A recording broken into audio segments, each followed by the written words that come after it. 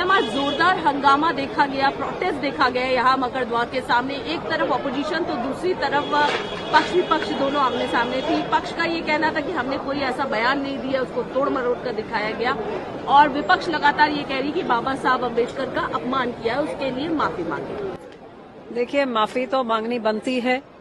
क्या बोला क्या नहीं बोला वो देश की जनता देख सकती है, वो सारे सोशल मीडिया में है। लेकिन डिस्कशन संविधान की होए और संविधान के निर्माता जो हैं उनको, जो लाखों करोड़ों लोग उनको भगवान का रूप मानते हैं, क्योंकि उन्होंने दलितों को वो हक अधिकार दिए जो शायद कभी उनको कोई देता नहीं था। और बाबा साहेब को जो हमेशा हर एक बहुत एक रिस्पेक्टफुली उनको बाबा साहब अम्बेडकर जी कहा जाता है, अम्बेडकर अम्बेडकर कह के जिस तरीके से बोला गया वो तो निंदन योग है ही।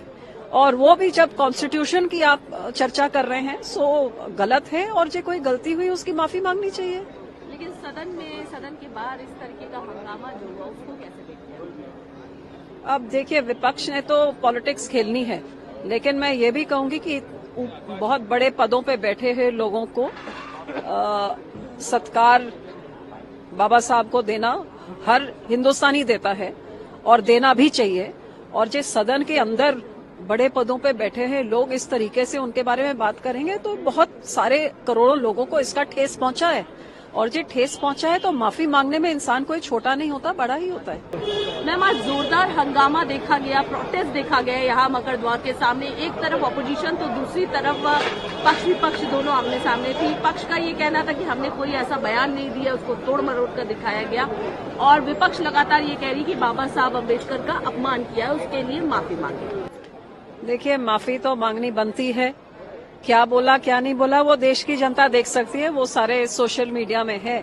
लेकिन डिस्कशन संविधान की होए और संविधान के निर्माता जो हैं उनको, जो लाखों करोड़ों लोग उनको भगवान का रूप मानते हैं, क्योंकि उन्होंने दलितों को वो हक अधिकार दिए जो शायद कभी उनको कोई देता नहीं था।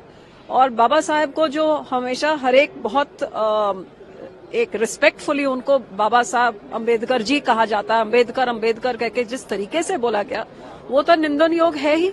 और वो भी जब कॉन्स्टिट्यूशन की आप चर्चा कर रहे हैं सो गलत है, और जो कोई गलती हुई उसकी माफी मांगनी चाहिए।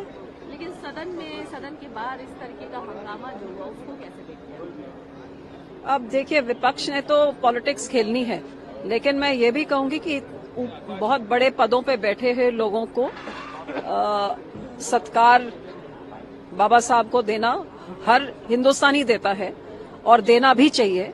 और जो सदन के अंदर बड़े पदों पे बैठे हैं लोग इस तरीके से उनके बारे में बात करेंगे तो बहुत सारे करोड़ों लोगों को इसका ठेस पहुंचा है, और जो ठेस पहुंचा है तो माफी मांगने में इंसान कोई छोटा नहीं होता, बड़ा ही होता है।